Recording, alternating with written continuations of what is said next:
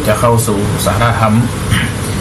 คำสอนหรือเป็นเนื้อหาสาระที่เขาจะมาอู้มาจ่ากันนั่นภายใน1 ชั่วโมงต่อจากนี้ไปนี่ก็ขอฝากประชาสัมพันธ์ถึงแม้ว่าบลำได้ทำหน้าที่เนาะในการจัดรายการก็ขอฝากประชาสัมพันธ์งานบุญเจอร่วมเป็นเจ้าภาพทอดผ้าป่าสามัคคีเพื่อสนับสนุนสมาคมนักจัดรายการวิทยุกระจายเสียงนครลำปางในการดำเนินการกิจกรรมสาธารณสงเคราะห์ก็คือการช่วยเหลือที่เป็นสาธารณะของการช่วยเหลือผู้ยากไร้ผู้ป่วยติดเตียงพื้นที่จังหวัดลำปางซึ่งกิจกรรมนี้ก็จะจัดขึ้นในวันที่17 มีนาคม 2568 เวลา 9 โมงเช้าก็จะมีการจัดแต่งดาวองค์พระป่าสามัคคีโดยสถานที่ก็คือร้านกิจกรรมมิวเซียมลำปางอำเภอเมืองลำปางแล้วที่สำคัญนั่นไฮไลท์ของงานก็คืออาจจะมีการแสดงพระธรรมเทศนา2 ธรรมะของพระสงฆ์นักเผยแผ่จังหวัดลำปางที่เขาเคยได้ยินอย่างเป็นประจำก็คือท่านพระอธิการเสวตปัญญาวชิโรเจ้าวาดวัดบันกิวร้อนชัยแก่ห่มและท่านพระอาจารย์ดานุพลมุนิวังโสวัดห้วยแห่งอำเภอเจียห่มเช่นเดียวกันซึ่งพระอาจารย์ทั้ง2 ท่านก็ปีนำเลี้ยงเสียงปากตีเขาท่านทั้งหลายคุ้นหูฟังแล้วก็ได้ถึงสาระธรรมคำสอนได้ถึงความการสร้างรอยยิ้มให้กับพี่น้องศรัทธาแค่นั้นก็ขอใจเสียงประชาสัมพันธ์นี่บอกเจิดชวนกับศรัทธาญาติโยมทั้งหลายได้ห่วงทำบุญด้วยกันในการทอดผ้าป่าสามัคคีซึ่งพี่น้องศรัทธาบ้านน้ำท่วมวัดเตียตมาภาพอยู่นี่ก็มีหลายท่านติดตามรับฟังเมื่อทั้งมหาวิทยาลัยมหาจุฬาลงกรณราชวิทยาลัยวิทยาลัยสงฆ์นครลำปางมีกิจกรรมต่างๆเกิดขึ้นก็จะห่วงในการทำบุญเป็นประจำที่อาตมาพาไปรับบิณฑบาตก็นี้ก็ขอยกตัวอย่างเนาะเขาเปิดกระทำบุญเป็นประจำแต่เช่นแม่วิเกลโทนาบุตรของครอบครัวของลุงบุญเลิศปราอภัยเทวินสื่อของได้ห่วงทำบุญในการตั้งทำหลวงที่ผ่านมาก็เหมือนกันซึ่งกับผ่านมาเมื่อละแต่ว่าหากก็มีโอกาสได้ไปช่วยจัดดำเนินการทำหน้าที่ในการดัดทำของตอนทำโอเกตของประสานงานของซึ่งในวันนี้ก็เหมือนกันเขาเข้ามาตีรายการของเขาเมื่ออู้ถึงเรื่องของเสียงทำผู้ทอนซึ่งหลายท่านถามว่านี่อย่างถึงตั้งชื่อรายการเป็นจีเพราะว่าในจีของFacebook แอดว่าภาพใจอยู่ก็คือนักเทศผู้ทอนผู้เจ้าบ้านนอกก็เลยใจชื่อนี่เป็นการจัดรายการเป็นเอาเรื่องราวของล้านนาเฮามาอูมาจ๋าในฟังกันในวันนี้ก็เช่นเดียวกันจะได้ยิบยกเอาในส่วนของประเพณีต่างๆในส่วนของประเพณีต่างๆถึง12 เดือนมาอูคิดว่าคงจะตันอยู่เขาก็ใจคำว่าหยอกเนาะเพื่อให้เข้าใจกันล้านนาเฮาเนี่ยถึง12 เดือนเนี่ยศรัทธาญาติโยมทั้งหลายถึง12 เดือนเนี่ยมีประเพณีที่เขาประพฤติปฏิบัติกันมาเป็นประจำโดยแฝงลักธรรมในทางพระพุทธศาสนาแฝงความเชื่อแฝงสิ่งที่มันเป็นมงคลอยู่ในหันครบทั้ง12 เดือนแต่โดยเฉพาะอย่างยิ่งนั้นในล้านนาเขาสมัยโบราณนั้นใจวิธีการในการนับเดือนเนาะนับเดือนแบบจันทรคติคำว่าจันทรคติคือการนับเดือนโดยอ้างอิงเอาเดือนเอาพระจันทร์เนาะนับเดือนการโคจรหรือการหมุนรอบเนาะของพระจันทร์เป็นหลักซึ่งล้านนาเขาเนี่ยจะห้องเดือนแรกของปีที่เป็นปกติก็คือปีที่มี12 เดือนอีพ่อแม่และท่านก็จะว่าเราเลือกปีไหนของมันมี12 เดือนมันก็มี12หมดเดี๋ยวเราฟังต่อกันไปปีที่มีเป็นห้องว่าปีปกติมาศก็คือมาซะแปลว่าเดือนเนาะปกติแปลว่าเดือนปีปกติเดือนยกตัวอย่างเช่นเดือนเกี่ยงเนาะเดือนเกี่ยงบ้านห้องเดือนเกี่ยงเนาะเดือนเกี่ยงก็คือประมาณเดือนตุลาคมเป็นห้องเดือนเกี่ยงพูดง่ายก็คือเป็นเดือนหนึ่งเนาะเดือนหนึ่งของเดือนหนึ่งเกี่ยงหนึ่งนี่เนาะส่วนเดือนที่2นี่เดือนนี้เนาะเดือนนี้แล้วตั้งแต่3ไปก็จะนับเป็นปกติเนี่ย3 4 5 6ไปจนถึง12ที่สำคัญของมันก็คือเดือนของคนเมืองเฮาจะเร็วกว่าภาคกลางไป2 เดือน สมมติเดือนเฮาเป็นเดือนนี้เฮาเป็นห้องเดือนนี้ภาคกลางจะเป็นเดือน12อยู่เดือน12อยู่เดือนนี้เฮาก็คือเป็นที่มาของหยี่เป้งเนาะหยี่เป้งก็คือเดือน2เดือนนี้เดือน2ที่พระจันทร์เต็มดวงวันเพ็ญเดือน12นะคนไทยว่าวันเพ็ญเดือน12คนเมืองเขาว่าเดือนหยี่เป้งร้อยกระทงเนาะตั้งแต่เดือน3 4 5 6 7เลี้ยงไปก็ไปถึงเดือน12ก็จะนับปกติเหมือนกันแปลกตั้งแต่เดือนเกี่ยงก็เดือนนี้ก็ได้ส่วนที่บ้านเฮาว่าบางครั้งนั่นทำไมทุกเจ้าว่าที่ว่าเป็นปีปกติมาศคือว่ามี12เดือนปกติแต่ทำไมบางปีมันมีเหมือนมี13เดือนอาตมาภาพเป็นทุกเจ้าใหม่ๆนี่การแปลกใจเหมือนกันมันมีจะได้เดือน13เดือนถ้ามันจะมีเดือนอย่างโผล่มาเห็นนี่เนาะในความเป็นจริงแล้วเนี่ยบ้านเฮาคนไต้จะห้องว่าเดือน8 2 หนเนาะเดือน8 2 หนก็คือเฮาเลี้ยวกับเพิ่น2เดือนบ้านเฮาจะว่าเดือน10 2เตี่ยไปอูกระออนนี่ผมเข้าใจอันอย่างพระอาจารย์เดือน12เตี่ยปีนึงก็มี13เดือนกันความจริงแล้วมันเป็นเดือนที่เพิ่มขึ้นมาเพื่อที่จะยืดเวลาบ่ฮื้อเทศกาลต่างๆมันเร็วกว่าปกติไปเพิ่มมาแหมเดือนหนึ่งกลายเป็น10ปฐมะก็คือ10แรก10ทุติยะก็คือ10ที่2คนห้องว่าเดือน12เดือน12เดือนอันนี้เป็นการนับเดือนของคนด้านนาเฮาส่วนการเทียบเนาะการเทียบว่าเดือนนี้เดือน3เดือน4เดือน5นี่มันจะตรงกับเดือนอย่างของภาคกลางก็อาจจะอู้ได้ว่าเดือนเกี่ยงประมาณตุลาเนี่ยประมาณตุลาเดือนนี้ประมาณพฤศจิกาเดือน3ธันวาเดือน4มกราส่วนในเนื้อหาสาระในแต่ละเดือนเนี่ยมันเกี่ยวกับอันอย่างเกี่ยวกับอันอย่างเดี๋ยวเราจะมาอู้กันในรายละเอียดว่าในแต่ละเดือนเป็นอย่างของเพราะว่าคือเป็นการเสียเวลาเข้าสู่เดือนที่1เนาะเดือนเกี่ยงคือประมาณช่วงเดือนตุลาคมก็จะมีประเพณีต่างๆเรากันนึก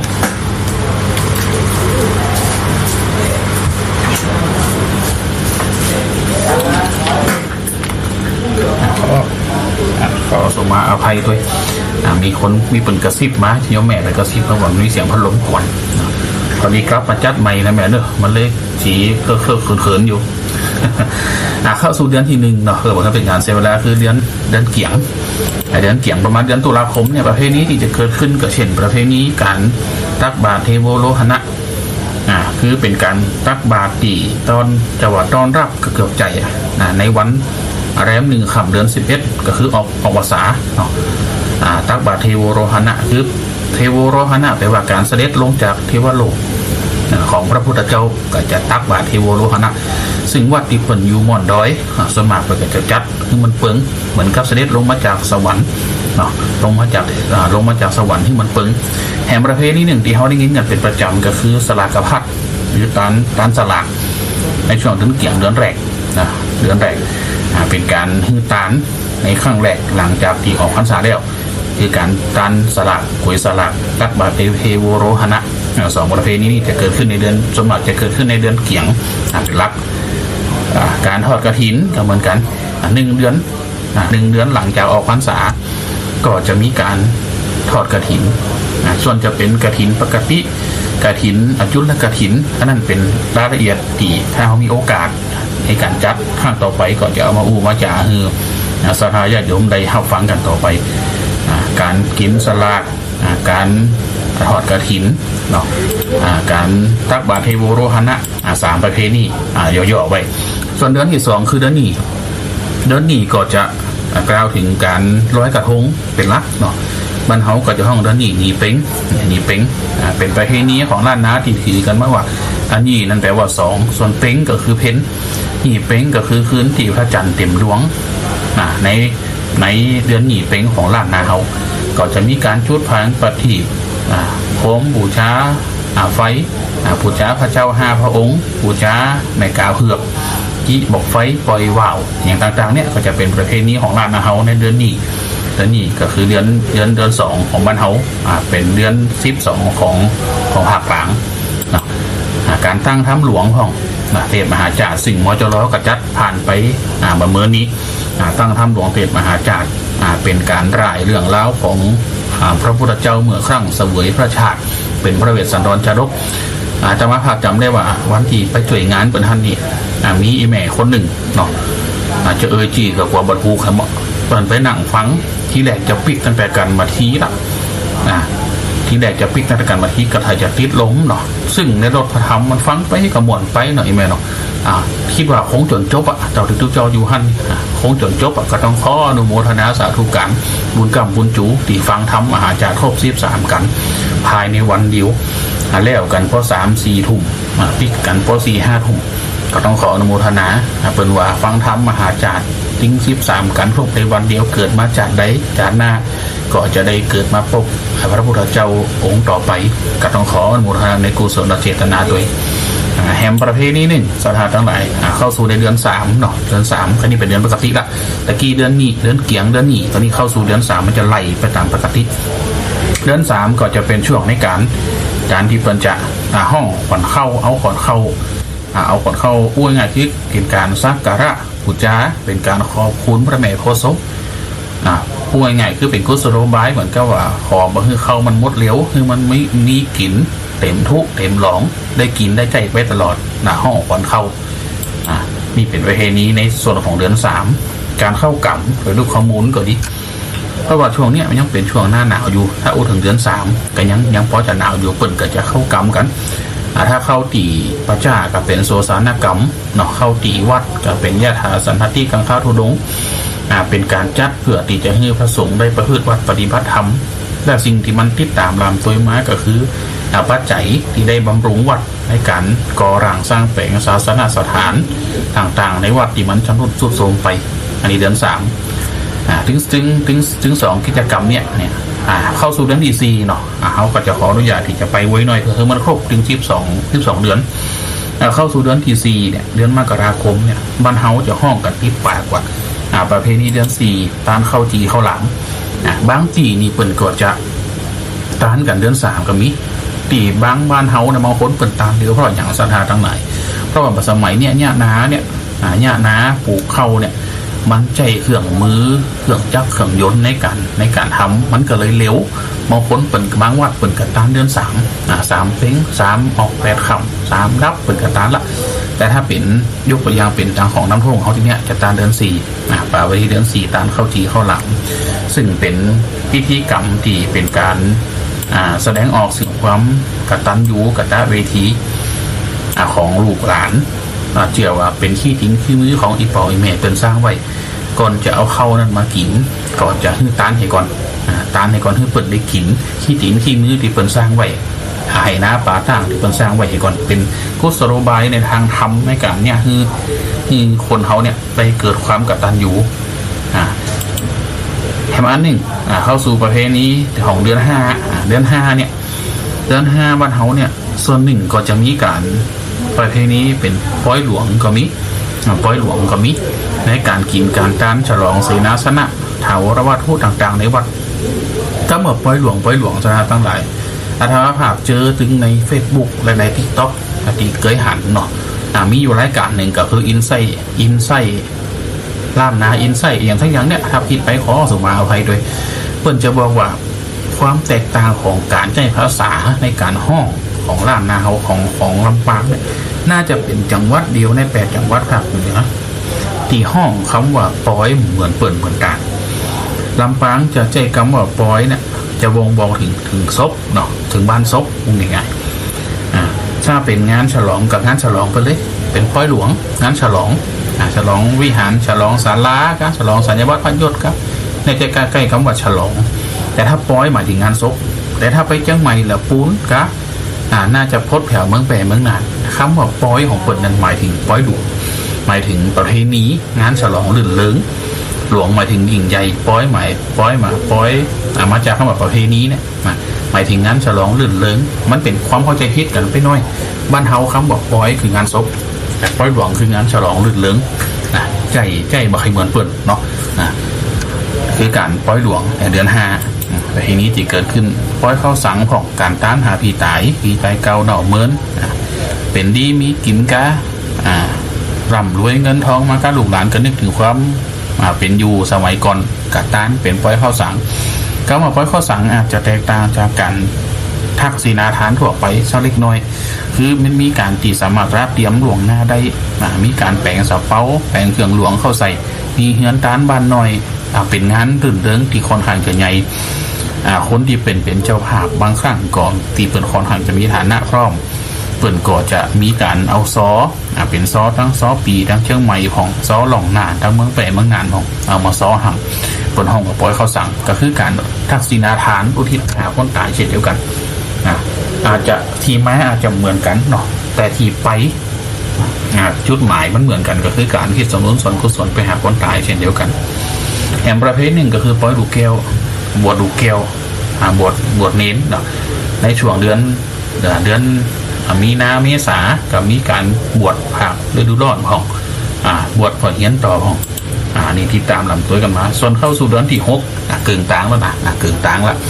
เข้าสู่เดือนที่6เนี่ยเดือน6กับประมาณเดือนมีนาคมที่กำลังเริ่มอยู่เนี่ย8 ค่ำวันนี้เนาะเดือน6ออก8 ค่ำจะเป็นประเพณีสงน้ำพระธาตุ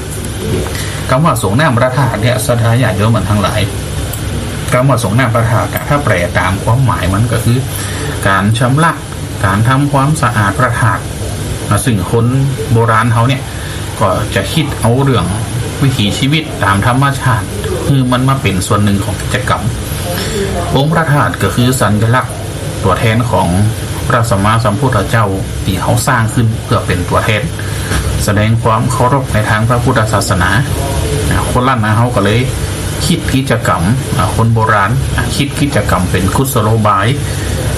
ในการห่วงรักษาสิ่งที่เขาเคารพตามฤดูกาลมันก็จะเริ่มมาตั้งแต่เดือนนี้เป็นต้นมาละถ้าเป็นบ้านเฮาเนี่ยเดี๋ยวอาตมาภาพมีโอกาสได้ไปทำหน้าที่ในการใส่เบิกเนี่ยเดือนนี้ออกค่ำก็จะเป็นประเพณีสงน้ำพระธาตุเจ้าสีจอมไคร้วัดปงสนุกด้านเหนือ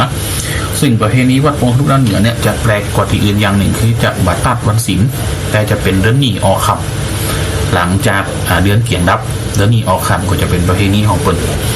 เดือนนี้ออกค่ำเดือนนี้เป้งกับประเพณีวัดหมอนกาประเพณีวัดพระธาตุเจ้าลำปางหลวงกามื้อนี้มาเรื่อยๆมาเลยมีทุกเดือนศรัทธาทั้งหลายตั้งแต่เดือนนี้เดือน3เดือน4เดือน5เดือน6มาจนถึงเดือน6เนี่ยที่เขากำลังประพฤติกับปฏิบัติกันอยู่ซึ่งในวันเนี้ยในช่วงบ่ายก็มีโอกาสได้ไปใส่เบิกในวัดประเพณีสงน้ำพระธาตุเจ้าวัดพระธาตุเมืองขึ้นพระธาตุเมืองขึ้นที่พระอธิการนราศักดิ์ราธรรมโมดอกเตอร์ได้เป็นเจ้าวาดนิมนต์ไปสวดเบิก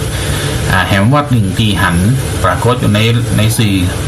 เฟซบุ๊กก็คือวัดปากกล้วยเนาะปากกล้วยไตก็มีการประเพณีสงน้ำพระธาตุในวันนี้เช่นเดียวกันในการประเพณีสงน้ำพระธาตุซึ่งสิ่งเหล่านี้เป็นประเพณีที่จัดเป็นประจำทุกปีเมื่อมีพระธาตุก็ต้องมีการจัดการสงน้ำพระธาตุบัดจัดนักก็จัดหน่อยเพื่อเป็นการอบรมสมโภชสิ่งที่เขาเคารพนับถือนี่เป็นการเสริมความเป็นสิริมงคลของชาวล้านนาเขาเช่นเดียวกันประเพณีเดือน6เนาะการสงน้ำพระธาตุเข้าสู่เดือน7นี่ก็จะเป็นประเพณีปีใหม่เมืองปีใหม่เดือน7ที่เขาได้ยินกันประเพณีปีใหม่เดือน7ซึ่งเป็นวันที่สนุกสนานรื่นเริงด้วยการเล่นน้ำเพราะมันฮ้อนสถานทั้งหลายราศีเมษคือมันฮ้อนเดือน7ก็จะมีการสงน้ำคารวะทำหัวคนเฒ่าคนแก่เป็นอุบายของคนโบราณที่เพิ่งสร้างไว้ให้ลูกหลานนั่นอย่างน้อยที่สุดปีหนึ่งก็ได้ปิกมาบ้านเพื่อเป็นการมาสู่มาคารวะในความเป็นจริงนี่อีป่ออีแม่ป่ออุ้ยป่อเท่าแม่มนเปิ่นกำบัดให้ต้องการทรัพย์สินเงินทองอย่างมากมายมหาศาลจากลูกหลานที่กลับมาเปิ่นเพียงต้องการหันหน้าปีหนึ่งได้หันเตี่ยบางท่านนี่ปิกไว้ปีรูปผมดำก็ดำดีงามก็งามดีอันนี้คือเรือนผมต่อไปเรือนไฟเช่นเฮือนบนว่าครัวเฮือนจะต้องจัดเก็บรักษาไว้แบบสะอาดเป็นระเบียบตามหลักสุขอนามัยของอาหารสำหรับการทำอาหารก็ต้องพิถีพิถันทำเพื่อลำอร่อยทำเป็นว่าเข้าสามารถคนที่จะเป็นแม่ครัวที่ดีต้องหุงข้าว7 วันบะบูดเนี่ยแกง7 วันบะบูดนะนี่เปิ่นมีกรรม มันมีปริศนาอยู่ในตัวคนตีเนี่ยกิน7 วันบะบูดหุงเข้าหรือว่านึ่งเข้า7 วันบะบูดเลย คนนี่จะเป็นแม่สี่เรือนที่สมบูรณ์ที่สุดคำว่าบะบูดนั่นก็หมายถึงว่าเป็นคนที่บาปใจอารมณ์ขณะที่ทำว่าทำกินเนี่ยด้วยความตั้งอกตั้งใจประดิษฐ์ประดอยเนี่ยจะแกงพักก็ล่างพักคือสะอาดเพราะว่าประเดี๋ยวนี้พักต่างๆมันมีสารพิษจากการที่คนบางคนเปิ่นขายเปิ่นประเดี๋ยวมากินแล้วเป็นคนที่มานึกถึงคนอื่นเอายาเขาพ่นแล้วก็เก็บเรามาขายล่างให้น้อยนี่นะถ้าคนใดมากง่ายล่างให้จมแจมเสร็จแล้วเอาไปแกงมันก็ต้องเกิดอันตรายโดยเฉพาะตุเจ้าบ่หู้บาหันนี่แหละเพราะถึงวันเนี่ยศรัทธาญาติโยมส่งเข้าฮื้อถ้าท่านทำดีทำสะอาดบ่ฮื้อมันมีปฏิกูลหรือของที่มันบ่ควรอยู่ติดไปตมาเคยเจอน่ะแกงผักกาดปัดเท่าเขียวลุนเงินเหมือนบอกบ้านไหนก็บ้านสัมมณะเนี่ยแกงผักกาดโคตรหีบแหลกก็ล้ำเป็นเนี่ยจะล้ำให้แต่ไปพร้อมกำแมงบงนั่นน่ะที่มันกินใบไม้อยู่ในนั่นน่ะปะโถไก่อุลือยาวเป็นนั่น3 นิ้วเขาบุญถึงไปจี้มันก็บาดเจ็บหน้ารังเกียจความจริงก็มันกินพืชพักแต่เขาหันแล้วมันจะได้หูก็หมายความว่าคนล่างบาดแตะล่างแบบจมแจมมันมีคนน่ะเป็นคนที่บ่หู้เรื่องคนบ้านสัมมณะเนี่ยบาดเจ็บคนสัมมณะคนที่ไหนมาก็บ่หู้ตะกอนลุงสอนซึ่งเป็นได้เสียชีวิตไปแล้วไปเอามาอยู่ตัวฮือเฝ้าสวนเลี้ยงนั่นเลี้ยงนี่ได้เขาห้องว่าลุงชื่อหยังอีนะชื่อหยังเวลาเจ็บป่วยอย่างไปโรงพยาบาลเนี่ยมันก็แข็งแรงอย่างคนเฮานี่เนาะแต่เจ้าดูคลิปตลกอะไรมันว่าเกิดมาใครเป็นอย่างใครเป็นผีบ้าจะได้ใครเป็นผีบ้าเพราะผีบ้านี่แต่งเป็นตำรวจก็ประจับอีหลอกแก่งเป็นแต่งเป็นทหารก็ประจับอีหลอกเวลาฝนตกฝนหินฝนตกบะมันยืนตากแดดบะหันเป็นยังสักอย่างคนเป็นผีบ้านี่แล้วก็สามารถจะเป็นหมอก็ได้เป็นนั่นเป็นนี่ได้หมดเป็นครูก็ได้มีไผ่จับถ้าหมู่เฮาไปแต่งเป็นตำรวจพะโลอยู่ที่ไหนก็ตำรวจลากเข้าคุกแต่หมู่ผีบ้าเขาตึงบ่าวคุกบางดีบางตีบางคนก็ยืนตาม4 แยกโบกรถไปมาจุ้ยตำรวจก็บ่ว่าหยังอีโลคนขับรถก็บ่ว่าหยังเป็นผีบ้านี่ดีอีโลไผกระตึงเก็บหยังอีโลไปไหนใครถึงซอกกินหู้อีโลตีซอกกินหู้มันเป็นตีนะกวมไปกินตัวจะกินบะล้ำนี่นะผีบ้าบางคนมาก็แต่งบันก็บ่อาบน้ำอาบหนองไปไหนก็หมาเห่าส่งเนาะหมาฮักว่ะถ้ามันเห่ามันถึงฮักอีหรอมันฮักแล้วมันถึงเห่ามันมีสเปดคุณสมบัติของคนเป็นผีบ้าอันนี้เขาว่าตามเขาเนอะแต่เขาถึงเป็นถ้าเป็นมันก็จะว่าทุเจ้าผีบ้าให้เหมาะเอาละเนาะคนเฮาเนี่ยถึงว่าใส่ไม้ก้อนที่ว่าเปิ้นมีคนหนึ่งประจายนะเขาได้ไม่ยิงตีหุงข้าวนึ่งข้าวหรือเนี่ยกินเนี่ยว่าบะบูดในภายใน7 วันบะบูดเท่าไม่ยิงคนใดได้ยินทั้งที่คนที่มาหาเนี่ยเป็นคนโลยน่ะใครได้ไม่ยิงอย่างเอี้ยมาอยู่บ้านเอาเป็นแม่สี่เรือนปัดไม่ยิงงามขนาดบางคนได้ยินของใครทรายหัวมัดโอ้บ่ได้ไผว่าหุงข้าว7 วันบะบูดว่าไปเท่าเป็นไปได้ที่ไหนเนาะมันก็2 วันบูดวันแมลงก็บูดยิ่งย้ำห่อเนี่ยเป็นแกงกะทิแมลงต้องไปจีหรือยังข้าวมันไก่เนี่ยเอาไล่ไว้สัก2ไม่ถึงแมลงไปกินปะเตอะบูดจะตายลุต้องละอ่อนลุต้องจะตายบ่ได้ถึงได้ข้าเจ้ามีบุญวาสนาตึงได้อีวะ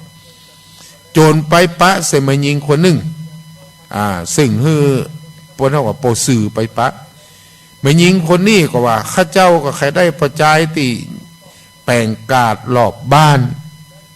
ข้าเจ้ากว้างถึงด้านแต่ละด้านเนี่ยกิโลด้านเหนือก็กิโลด้านใต้ก็กิโลวันตกก็กิโลวันออกก็กิโลใครฮื้อประจายคนนั่นน่ะแปลงกาดหลอบบ้านเนี่ยแปลงกาดหลอบบ้านในที่สุดสองคนนี่ใจปอสื่อ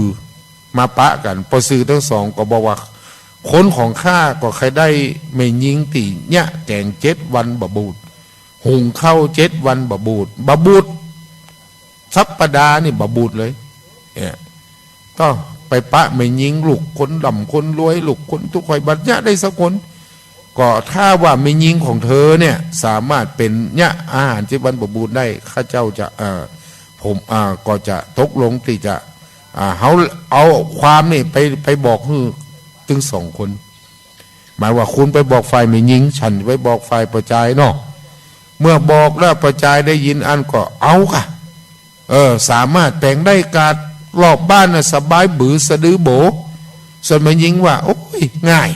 ถ้าเจ้าทำได้7 วันเดือนก็บ่บูดปีก็บ่บูดปัดเท่าแค่7 วันมันจิบจ้อยจะเอาเป็นเดือนเป็นปีก็ได้มันมีคำว่าบูดในที่สุดทั้งสองนัดกันว่าคำว่าบูดคือจะได้ก็หลังจากทั้งสองมาตกลงจะแต่งงานก็มาเฉลยกันแม่ยิงถามประจายว่า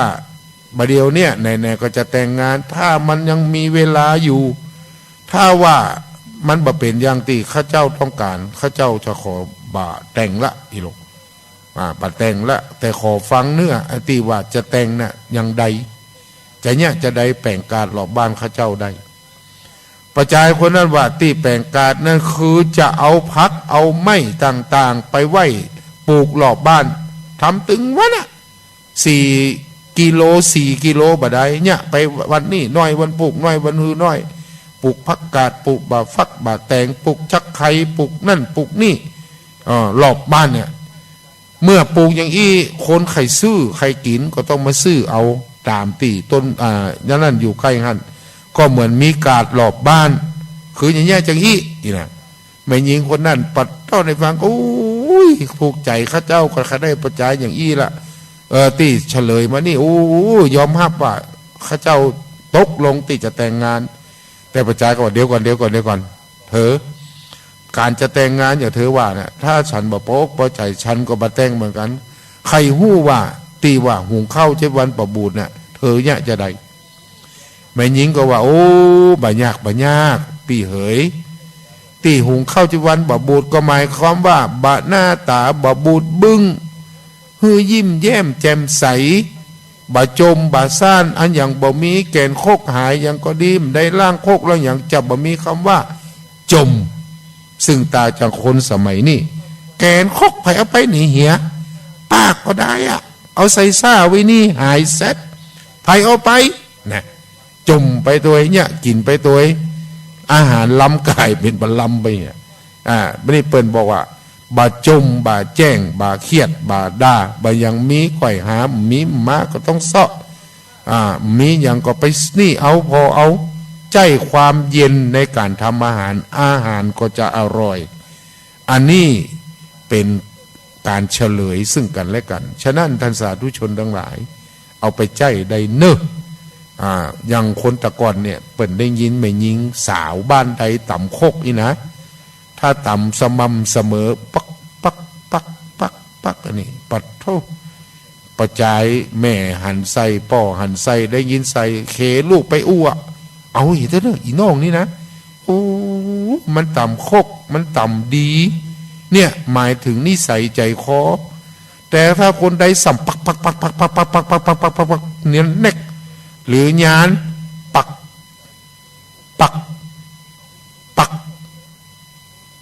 อีนะจ้าเหี้ยนะรับรองขี้ข้านมันยิงตีต่ำโคกแบบเหยืดญาติเลยนะแบบจ้านะขี้ข้านถ้าสัมปักนั่นใจห้อนอารมณ์บดีอารมณ์ให้ ถ้าต่ำสม่ำเสมอเสมอต้นเสมอปลายปกปกปกปกปกปกพี่น้องอันนั้นนี่เป็นแม่หญิงที่ควรจะเป็นแม่สี่เรือนแต่บะแต่หัวนี่เฮาก็ได้ยินเป็นอู้มาก็มาอู้ต่อดังนั้นนะเฮาเป็นแม่สี่เรือนเนาะเฮาต้องจัดให้มันเป็นระเบียบเรียบร้อยให้มันถูกลักษณะอนามัยเป็นเกลือก็มีฝาปิดเฮ้ยเป็นกะปิมีอย่างต่างๆก็ปิดเป็นน้ำปลาก็ปิดฝาเหี้ยคือมันดูดีเป็นชัดเป็นส่วนน้ำมีดอยู่ที่หั่นค้อนอยู่ที่นี่แกนโคกอยู่ตรงนั้นเตาไฟก็บ่มีขี้เต่าแต่บ่เดียวมีต้องใจแก้กัน ถ้าดังนั่นน่ะเพิ่นจะบ่มีขี้เขาเอาไปใส่ปุ๋ยเป็นปุ๋ยฮะนี่นะดูความสะอาดเรียบร้อยบ่มีเศษอาหารตกพักไม่ใส่เครือติดเด็ดมันตกก็ทำความสะอาดปัดผูฮะคือมันสะอาดอันนี้จะถือว่าเป็นแม่สี่เรือนที่ถูกต้องเรือนที่สามเรือนนอนได้แก่เรือนที่อยู่อาศัยจะต้องสะอาดและเป็นระเบียบเจริญตาเจริญใจแก่ผู้ที่ได้ไปปะไปหันอันนี้ก็คือเกี่ยวกับสามเรือนสรุปก็คือหนึ่งเรือนผมสองเรือนไฟสามเรือนนอนต่อไปน้ำสี่เรือนสามน้ำสี่นักปราชญ์พันได้ให้ความหมายเป็นข้อดังต่อไปนี้หนึ่งน้ำดื่มได้แก่น้ำโอ่งตีใจดื่มต้องบ่แห้งหรือขาดมดแล้วถ้าน้ำขาดแคลนแสดงว่าไม่ยิงบ้านนั่นใจบ่ได้คำว่าน้ำตะกอนนี้เปิ่นจะมีหม้อน้ำเดียวนี่มไปเสาะหาตึ้งใครมีเนาะหม้อน้ำตีน้ำใส่หม้อดินปั้นดินเผาเนี่ยเปิ่นถึงมีขายสิ่งที่จะอยู่กับหม้อน้ำก็คือน้ำบวยทำจากกะโหลกบ่อเป้าช่างที่เป็นแต่งงามเป็นยะงามหมกปออิ่มบังมันจะใหญ่จะน้อยก็อยู่ที่คนตักเจ้าน้อยคำค้นนี่อยู่ที่จังใหม่เคยตั้งหม้อน้ำไว้หน้าบ้านเปิ้นแล้วก็ยืนแอบอยู่รับทำน้ำบวยอยู่สามอย่างบวยน้อยบวยกลางแล้วก็บวยใหญ่คนใดกินน้ำบวยน้อยนะตักกินแล้วอิ่มใส่มดไปแล้วตักแห่งกรรมนี่เจ้าน้อยจะใช้กงยิงว่ะกงก่อนนี่นะติดแม่นนี่ตัวเตะเข้าปะนะหงีบกาลำกลางหลังกับปะนะหอกอดหอกโอยปะนะถ้าคนใดกินก๊อกกลางนะกรรมเดียวยังตักแห่งอยู่โกงจดคือถ้าจะต้องหู้จักประมาณบ่ถ้าว่างั้นมันยังบ่กินบวยใหญ่มันบ่ต้องตักเป็นสเตอร์ที่สองหมายความว่าจากน้อยกินก๊อกเดียวบอกว่าบวยกลางกินก๊อกเดียวบอกว่าห้ามมีสองบวยใหญ่กินข้างเดียวแต่ถ้ามีข้างที่สองก็โกงจดบาตัวนี้ขี้ปุ่มหลวงนะเจอกงอันนี้ก็ในกรณีเดียวกันบ้านเฮาเนาะแต่ก่อนเราจะมีน้ำบวยเอาบาลังเกียจกันนะเนาะตักเข้าไปก็น้ำหม้อนี่ต้องสะอาดบางคนก็ชอบคือมีขี้ไข่คู่หลอกตั้งนอกมันเหมือนกับน้ำมันจะเย็นนะเปิดจะมีตีบังตีบุ้งแค่ในบ้านในจองก็มีน้ำต้นหรือว่าคนโทบะเดียวคนบ่ใครหู้จักน้ำต้นลาเอาน้ำต้นมาให้แม่กับหมอนี่ใส่หัวลูกอะไรยังอีแม่น้ำต้นไม่รู้จักอีลูก มันเป็นอย่างอันบะเดียวของเก่าๆเนี่ยบ้านเฮาค่อยลืมเดือนเพราะว่ามันเป็นยุคใหม่น้ำใส่ขวดซื้อกินแต่ก่อนนี่ไม่ต้องซื้อมีน้ำบ่อในบ้านในจองตักเอามีน้ำทุ่งวัดนี่แต่ก่อนก็มีน้ำทุ่งใจเสาใจเปิ้นให้เหี้ยวตักเอาอาบเนี่ยนะน้ำยังเดี๋ยวนี้น้ำบ่อวัดยังมีอยู่เนี่ยเก่าแก่นะน้ำบ่อนี่นะ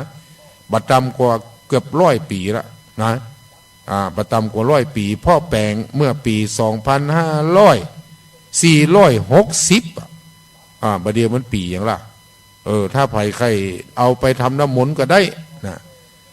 ทำน้ำมนต์ก็ได้ประเดี๋ยวมันมีก๊อกแบบมีปะเปิดฝาแต่เปิดก็ได้เขาบอกมีน้ำทุ่งเหมือนแต่ก่อนเนาะเพราะน้ำทุ่งทำมาจากน้ำคุ น้ำทุ่งแต่เวลาใส่สายเปิดห้องว่าน้ำทุ่งนี่หรอถ้าบ่ใส่สายก็ห้องน้ำคุหรือว่าถังแนมมาซึ่งเป็นเล็กเป็นอย่างเนี้ยมันจะมีแปลงขายแล้วก่อนเนาะต่อมามันก็บอกใครมีน้ำคุเล็กนี่นะจะเป็นน้ำคุพลาสติกไปเหี้ยละอันนี้ก็คือการเปลี่ยนแปลงการใจอย่างต่างๆนี่นึกถึงมันแล้วก็เป็นความสุขอย่างหนึ่งว่าคนยุคนี้มันจะบ่สามารถว่าเขาได้สู่เขาบ่มีโอกาสได้ใจของอย่างนี้นะเนี่ยมันเป็นเรื่องที่ทุกคนจะต้องถ้านึกถึงอดีตเนาะป้าอุ้ยไม่อุ้ยส่วนใหญ่ก็คงจะนึกถึงแต่เนาะทุกเจ้าแต่ก่อนมีน้ำบวยแต่ก่อนมีหม้อน้ำมีหม้อน้ำหน้าบ้านพวกมีหม้อน้ำนะแต่ก่อนนะคนผ่านไปผ่านมานี่แวะกินน้ำได้นะหรือมีน้ำต้นแขกที่มาเอียวบ้านเอียวจองก็น้ำต้นมาเอาก๊อกมาเอาก๊อกจอกหรือเพื่อนออกมาอย่างก็ก๊อกอีเกอร์ก๊อกอีเกอร์หรือก๊อกจอกทำมาจากอลูมิเนียมอย่างมั่วเปิ้นจัดเทใส่กันนะอันนี้ก็คือของตะกอนมันก็บ่มีเนาะอันนี้ก็คือเกี่ยวกับน้ำอย่างที่หนึ่งน้ำอย่างที่สองคือน้ำใจได้แก่น้ำในตุ่มที่เขาตักไว้เพื่อใจโดยทั่วไปเช่นใจในครัวหุงอาหารและล้างถ้วยล้างจานน้ำอาบน้ำล้างเท้าน้ำล้างห้องน้ำถ้าปล่อยให้มันขาดหรือมันบ่มีถือว่าไม่ยิงคนบ้านนั่นใจบ่ได้น้ำในห้องน้ำแต่ก่อนมันไม่จะมีก๊อกก็ตักน้ำเอานะตักน้ำใส่หม้อใส่หยังเปิดจะมีขันอย่างเวลาชำระเข้าใจน้ำมันก็ไปตามขั้นตอนเดียวใครเมียเนาะจะใจก๊อกใจอันอย่างเนาะสายฉีดชำระกดน้ำเอาเพราะว่าประเดี๋ยวนี้เกี่ยวกับอันนี้มันตันสมัยเกี่ยวกับอย่างก็โถส้วมนะประเดี๋ยวมีกดน้ำน้องเจ้าขุนเนี่ยใจห้องน้ำเป็น2-3 หมื่นกาอุปกรณ์ที่ใจเพราะบัดมีมือเหมือนมีแขนเปิ้นก็มีวิธีกดของเปิ้นล่างให้เรียบร้อยอันนี้ก็เกี่ยวกับยุคสมัยเนาะมันเจริญขึ้นด้านวัตถุอันอย่างที่บ่มีมันก็มีละนะเหตุนั้นก็เฮาก็ต้องว่ากันไปตามขั้นตอนต่อไป3น้ำเต้าปูนสมัยก่อนคนนิยมกินมากกินปูกันแขกมาบ้านจะต้องยกเสี้ยนหรือว่าขันหมากมาต้อนรับในการกินหมากจะต้องเอาปูนมาแต้มกับปูแล้วใส่สีเสียดนะใส่นั่นใส่นี่ใส่เปลือกอันอย่างก็มึนๆน่ะอย่างก็ที่มันแดงๆนั่นแหละเนี่ยกึดอย่างมาออกในสมองตื้อน่ะเปิ้นห้องว่ามันยังก็หนังกอเนาะแล้วก็หนังอย่างก็ส้มๆบะเมาเนี่ยบะเมาตั้งอีสานนี่เปิ้นจะใจเนี่ยดอกอย่างลมแรงเปลือกดอกลมแรงเป็นเปลือกมาเอาเปิ้นเอามาหั่นเอามาใส่กับไปตัวสีเสียดเป็นก้อนสีเสียดเป็นก้อนอย่างขั่งดำแดงๆหน่อยน่ะเปิ้นเอามาบิเอาใส่เกี้ยวซึ่งสำคัญบางคนก็ใจปูนึ่งบางคนก็ใจปูดิบนะน้ำปูเนี่ยในหั่นเปิ้นจะบ่ฮื้อแห้งถ้าแห้งแสดงว่าบ้านนี้บกพร่องขาดคุณสมบัติเนี่ยบัดเดียวมีไผจะมากินหมูกินปูนกินมากไม่อุ้ยก็บ่กินแล้วบัดเดียวนี่เหมือนตะกอนนะตะกอนนี่ไม่อุ้ยนี่ปากแดงปะลึงแล้วเปิ้นก็ว่าดีนะดีจะได้เขี้ยวมันอดเขี้ยวแดงปะลึงมาเดียวเนี่ยประกองเขี้ยวมากเขาหันใส่ถึงอยู่ใกล้เนาะมันเหมือนตะกอนจะหันว่าคนตะกอนนี่เขี้ยว เปิ้น70-80ก็ยังมีอยู่เพราะเปิ้นกินมาก แต่ก็มันก็บ่แน่เนาะมันบ่เดียวนี่มันอาหารการกินมันอย่างมันเปลี่ยนของขาวของยังของข้าวของยังของหวานมันหนักบางทีเขาก็บ่ได้ดูแลใจใส่ตามาก็หายไปจะหลายซี่เหมือนกันนะบ่บอกซี่ใดพ่องตะเก้าๆนะต่อไปสี่น้ำใจคือการแสดงอัธยาศัยไมตรีต่อญาติหรือแขกทุกๆคนที่มาเยี่ยมบ้านเยี่ยมเฮือนเป็นการสร้างสัมพันธภาพระหว่างเครือญาติและเปื่อนบ้านคอยให้ความช่วยเหลือแก่ผู้ที่ด้อยโอกาสกว่าและสงเคราะห์และช่วยเหลือสังคมส่วนรวมพบปะอู้คุยกันด้วยน้ำใสใจจริงซื่อสัตย์สุจริตและยุติธรรมบัถือเนื้อถือตัวอย่างประเดียวเนี่ยจะมีการเลือกตั้งแล้วเนาะจะเกิดขึ้นทั้งอปตทั้งอย่างต่างๆสทก็มีอย่างจะเกิดขึ้นแล้วไปเรื่อยๆเฮาจะสังเกตอยู่อย่างหนึ่งแม้แต่ที่ผ่านมาเหมือนกันคนใดอยากจะเป็นใหญ่อยากจะทำงานต้องหู้จักขยันต้องเอาใจใส่เพราะเฮาอาสาสมัครเข้ามารับใช้พ่อแม่พี่น้องเจ้าบ้านแล้ว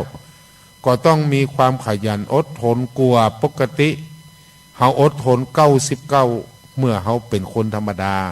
แต่ถ้าเป็นคนที่มีหน้าที่ตำแหน่งต้องมีความอดทนถึง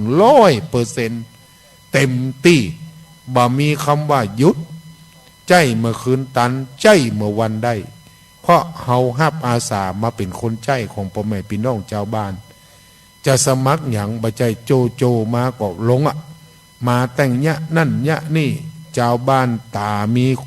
นักย่อมจะหู้ว่าคนนี้มาสมัครมีเจตนาจะใดบ่ใจเปิ้นว่าเอาเนี่ยเอาแน่บางคนบ่เคยล่างถ้วยล่างจ้อนบ้านกำเตือบ่กองจะสมัครนั่นสมัครนี่แต่งมาจุ๋ยทำนั่นทำนี่รับประกันบอกว่าบ้านใดทำอย่างอีตึงได้เฮาจำการจะเป็นนั่นเป็นนี่ต้องแสดงออกฮื้อเขาหู้ฮื้อเขาหันว่าเฮาจะเนี่ยได้ทำได้และโดยจะมีการเปรียบเทียบอย่างตำแหน่งอบตตำแหน่งสมาชิกอบตทั้งหลายหรือสอทอทั้งหลายถ้าเฮาจะไปขอเยียวอย่างหนึ่งที่ตมาหันบ่ใครดีนั่นก็คือต่อว่าตำหนิบุคคลที่เปิ่นทำงานบ่ต้องไปอู้ว่าคนนั่นเป็นแล้วเป็นจะนี่คนนี่ทำแล้วเป็นจะอันเอาความสามารถหรือว่าเพราะอย่างนโยบายหรือสิ่งที่เขาจะเนี่ยจะทำเขาจะเนี่ยอย่างใดและเขาทำได้อย่างที่เขาอู้ก่อนนะแต่ที่มันมีปัญหากันถึงวันชอบเอาเรื่องที่เป็นการโจมตีซึ่งกันและกันเอามาก็ทำเมื่อเกิดบาปออกปอใจทะเลาะเบาะแว้งถึงการขั้นประหัตประหารหรือการเข็นฆ่าซึ่งกันและกันอันนี้ก็น่าเป็นห่วงเนาะในอนาคตปีก็บ่ใจเป็นปีน้องบ่ใจเป็นน้องเอาผมได้ในเข้ามาทำงานผมจะเนี่ยอย่างอันได้ข้าเจ้าเนี่ยอันนี้คือสิ่งที่ข้าพเจ้าจะเนี่ยข้าเจ้าจะทำนะใจว่าเปิ้นบ่ได้เป็นไปแล้วหายเซ็ตบ่ใจเป็นอย่างนั้นนะบ่ได้เป็นก็ทำงานอย่างที่เฮาตั้งไว้นะเนี่ยต่อเนี่ยได้ก็คือรีบเนี่ยต้องเป็นนโยบายที่จับต้องได้บ่ใจอู้ละเนี่ยมได้เจ้าบ้านเปิ้นก็มีหูมีตามีสมองคิดอยากให้หมู่เฮาทั้งหลายฮู้จักคำว่าเพื่อประโยชน์ส่วนรวมสิ่งไหนที่เฮาทำในฐานะที่เฮามีหน้าที่ก็ขอให้ทำอย่างเต็มที่นะอันนี้เป็นเรื่องที่น่าเป็นห่วงนะเพราะว่าจะมีการเลือกตั้งเกิดขึ้นขอให้อู้แต่เรื่องสร้างสรรค์เพราะมันเป็นนะอันนั้นก็บดีอันนี้ก็บดีมันไม่ใช่เฮาจะไปพิพากษ์วิจารณ์ได้ถ้าเกิดเข้าหูก็พิษหัวกันนะเฮาผมต้องไปเฮาผมเป็นผมอย่างอี้ครับผมอย่างอี้ครับผมอย่างอี้ครับนี่คือนโยบายของผมถ้าเนี่ย ถ้าเนี้ยบ่ได้ก็ระวังให้ดีแฮ่คุณอู้ไว้แล้วอย่างมาเนี้ยนะก็ปีเดียวนะจะได้เป็นถ้าจะฮือดีก็เฮาต้องทำอย่างที่เฮาอู้ฮือได้อันนี้ก็คือสิ่งที่อาตมาภาพถือโอกาสมาอู้มาจากับทุกคนทุกท่านไม่ใช่เป็นเรื่องของการเมืองแต่ฮือข้อคิดกับผู้ที่จะมาเล่นการเมืองในตำแหน่งต่างๆมาว่าผู้ใหญ่บ้านกำนันเนี่ยก็แล้วแต่ถือว่าเฮาจะต้องมีความจริงใจและตั้งใจที่จะทำข้อที่สี่มีอยู่กี่ข้อที่กี่สี่มดเนาะสรุปแล้วน้ำสี่ก็คือหนึ่งน้ำดื่มสองน้ำใจสามน้ำเต้าปูนสี่คือน้ำใจที่ควรจะมีต่อบุคคลอื่นอย่าไปมองคนอื่นเป็นผู้ที่ด้อยกว่าตัวเก่าคือคิดอยู่เสมอว่าทุกคนมีความเข้าใจและความสามารถแตกต่างกันไปบ่มีไผที่จะเก่งไปเหียทุกเรื่องอูไปอูมาเวลาก็หมดเนาะใกล้หมดพอดีก็ขอพักก่อนเนาะเพราะว่าสถานีเปิ่นคงจะฮือตึกตัวเอี้ยแล้วก็รอไปถึง7 โมงครึ่งก็มาอู้มาจากกันใหม่เนาะมาพบมาปะกันใหม่เอาละขออนุโมทนาขอบคุณกับทุกคนทุกท่านที่ติดตามลำตัวและฟังรายการนี้จนจบเป็นแสนล้านนาทีประมาณครึ่งชั่วโมงเนาะก็จะได้มาอู้มาจ่าต่อจากตะกี้ตัวเองขออนุโมทนาขอบคุณของติดตามลำตัวเหมือนเก่าเหมือนเดิมเนอะขอเจริญพร